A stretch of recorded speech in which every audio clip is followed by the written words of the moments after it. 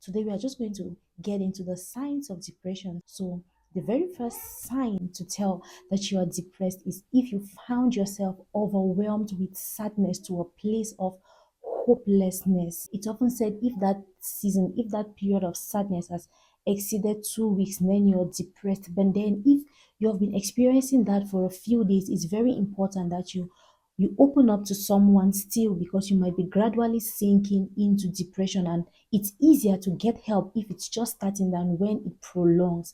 So if you're in that space, or you know somebody, who you've noticed somebody with that character, please reach out. That's the very first thing that is always recommended. Reach out to somebody who can help you, because one of the things that causes depression to thrive is the fact that it's actually a battle of the mind. You're in a space where your body wants to live, but your mind wants to die. And so, most often, nobody can really come to help you unless you're able to open up. So, if you're in that space, you've been persistently sad and you feel so hopeless, please reach out to someone. I'm begging. Okay. So the second thing that can tell that someone is depressed is if you are isolating yourself. Now, it's very common with people who are depressed. It's almost like you should stay away from everybody. You want to cut off everybody totally and just remain in your space alone, doing nothing. Our generation is, how do I put it? Our generation is in a way that I don't know how we got here, but we are in a space where when we say, oh, if you don't call me, I will not call you. If you don't text me, I will not text you. But I always say this, sometimes the only reason somebody is not getting across to you is because something is overweighing them and they actually need help. And sometimes God is counting just on you to get in touch with that person. Depression thrives in isolation and it's very risky. They call depression the silencer, because it starts by silencing your voice, and before you know it, it silences your life. Because when it brings you to a space where you are just alone by yourself, the next thing that starts happening is suicidal thoughts. And that takes me to our next point.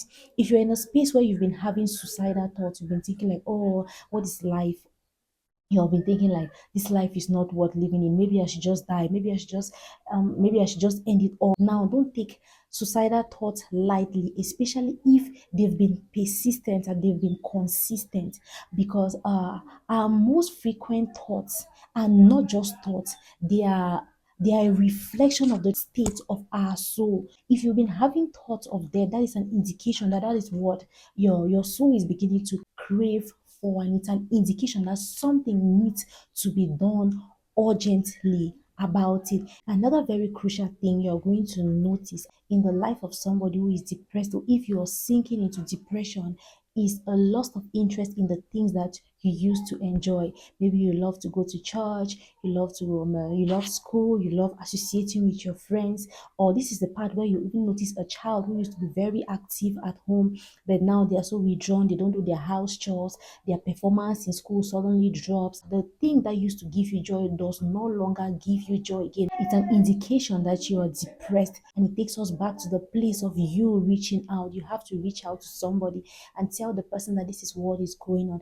And if you, maybe a parent, a leader in any association or something, if you're working with a group of people and you notice that one of them is beginning to relax back, instead of you just going ahead and hitting so hard on them, sometimes it's good to call them and ask them what is going on, because sometimes beyond the surface, beyond the beautiful faces, beyond the beautiful clothes and the makeup, somebody is dying on the inside and actually needs help. And like I said, depression is the silencer. It always starts by silencing a person's voice, especially in our African societies where we are not allowed to talk about things like this, because anytime you mention it, somebody is like, you're too weak, you're too vulnerable, oh, let's just push those things aside. It makes it really difficult for people to open up. So if you notice that someone is withdrawn like this, please reach out to them and ask them what is happening to them. Another indication that you might be depressed is if you're underfeeding or overfeeding. I know that a lot of people are very a lot of people know about the issue of underfeeding. That things are not going well with you, you're depressed, you don't eat. But there's another category of people that when they are depressed, when they are stressed out to the core, they tend to eat a lot. It's known as emotional eating. Yeah, they eat in order to numb the pain that they are feeling in that moment. And so, if you have noticed that your eating patterns have changed, either you're beginning to eat too much or you're eating too small, it could be an indication that you're sinking into depression. And if you notice the other signs combined with it, it's an indication that you are depressed. Our next point is still about the issue of feeding. If you notice that your preference for food has changed, maybe to the regular food and now you prefer junk food. I know, especially us in our African societies, we might not really, this might not really be a big deal, but there are a few people who understand what I'm saying. If you've noticed that you have shifted to junk food, because junk food is like junk food like biscuit, chin chin, bread, pizza, all of those things, foods that contain flour, they are high in fat, they are high in sugar. These things are comfort food. They are comfort food.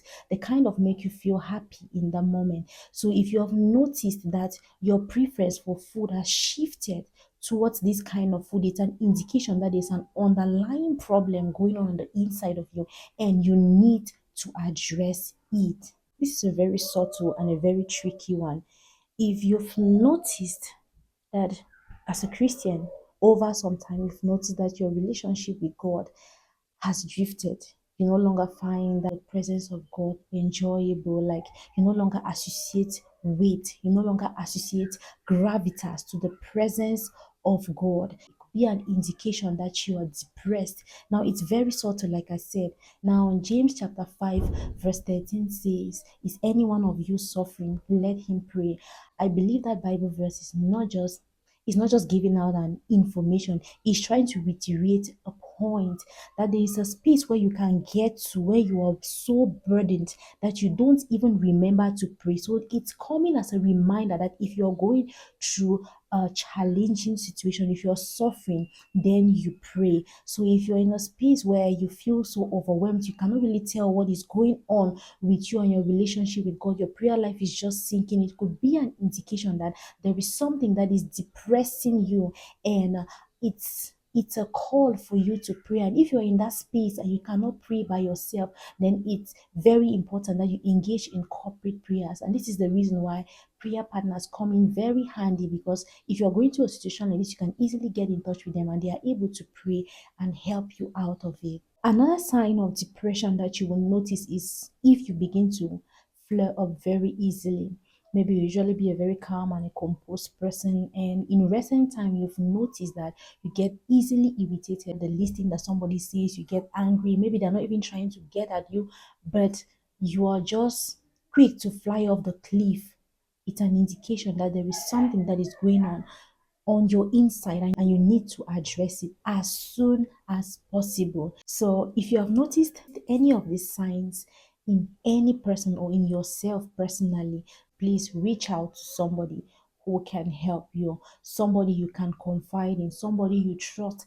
And if you're watching me, you're not depressed, you're not traumatized, none of that. We give God all the glory, but I have an assignment for you this week.